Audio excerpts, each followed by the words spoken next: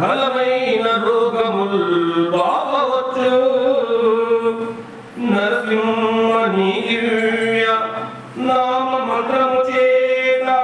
రిపు సంగములో సంహరించవచ్చు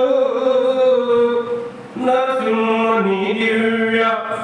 నామ మంత్రము చేత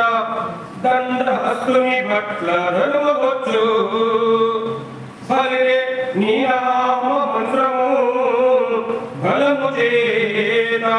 దివ్య వైకుంఠ పదవి సాధింపవచ్చు భూషణ వికాస శ్రీధర్మపుర నివాస దుష్ట సంహార